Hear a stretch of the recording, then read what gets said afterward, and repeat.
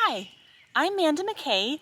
I'm a professional artist, and I'm bringing you creativity tips in these videos to help enhance your creativity, whether you're an advanced professional artist or maybe even just starting out with a creative hobby. These creativity tips are meant to help everybody, and I'm limiting these to one tip per video just to make it a little bit easier to get the point and make this a little bit more actionable. Today I want to talk about creating art about something, a subject that either makes you angry or terrified or sad, and how this can really take your creativity to the next level. Everything doesn't have to be happy little trees, and I say that's a reference to Bob Ross, and he talked about painting happy little trees, and he always talked about the joy of painting and painting things to make you happy.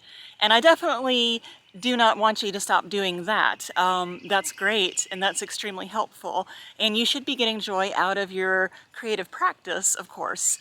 But I would also encourage you to go in a different direction as well and think about creating something where the subject matter is something that, as I said, either terrifies you, angers you, or maybe makes you sad. Some kind of really negative emotions, because this will really unlock different parts of your creativity. And even if you just come up with some ideas and don't see them through, this will be very helpful, and you can find it to be very cathartic, depending on how you, like what subject you end up choosing. So the first step with this would be to figure out basically what is your enemy. And notice I said what and not who. I don't mean is there some individual that you can't stand. I'm talking about is there some kind of a concept that maybe makes you angry. For me, as far as my art is concerned, that would definitely be the patriarchy. A lot of my art involves the patriarchy, and that is something that really angers me. And I've come up with, I think, some really good artwork because I've been exploring this topic that really does make me angry. Now, maybe your enemy would be something like poverty or racism, and these are also my enemies, and I have come up with ideas for paintings. I'm predominantly an oil painter. I have come up with ideas for paintings about these two subjects, mostly just for the sake of this exercise. I've never actually turned them into paintings, partially because, well, I can't really say I've very often been the victim of racism, so it feels a little bit strange for me to be making paintings about it. And I did live below the poverty line for a little more than 3 years, but over the course of a lifetime, that is just kind of a blip. But the patriarchy is something that affects my life on nearly a daily basis. And it probably does, if you're a woman watching this, you can probably agree with that too. So that's what I have chosen most of the time as subject matter for my paintings. And I feel like not only is it cathartic, but it definitely feels like I'm giving myself a voice that I wouldn't have otherwise. I can show people my painting and have a few sentences about what the painting is about, plus the title of the painting. And it will really get through to people. Whereas if I'm in a conversation or having an argument with somebody, people tend to talk over me or just discount what I'm saying. But with the artwork there, they'll really listen to it. And I feel like this is more of a way that I can actually make a difference with change, more than, like I said, just trying to argue my point verbally. So this may be true for you as well. If you can tap into this and help find your artistic voice, you might find that you are able to say so much more through your art than you are through just words.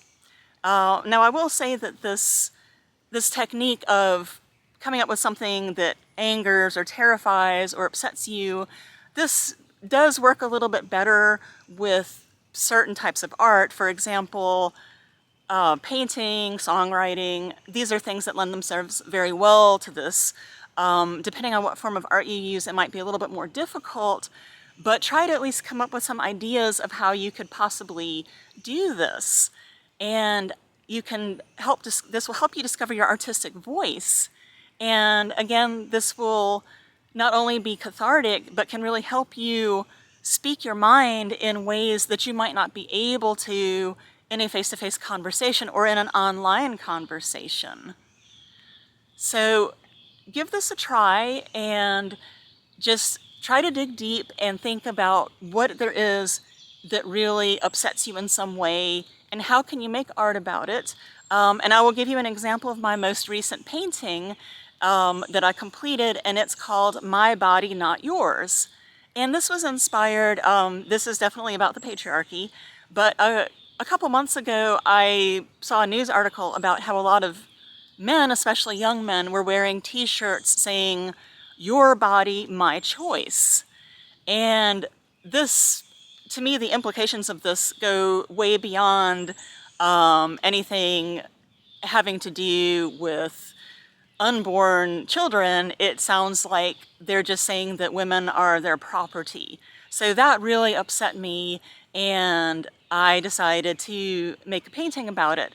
So like I said, it's called My Body, Not Yours, and it's a cactus with sharp spines protecting a cactus fruit, which looks somewhat womb-like.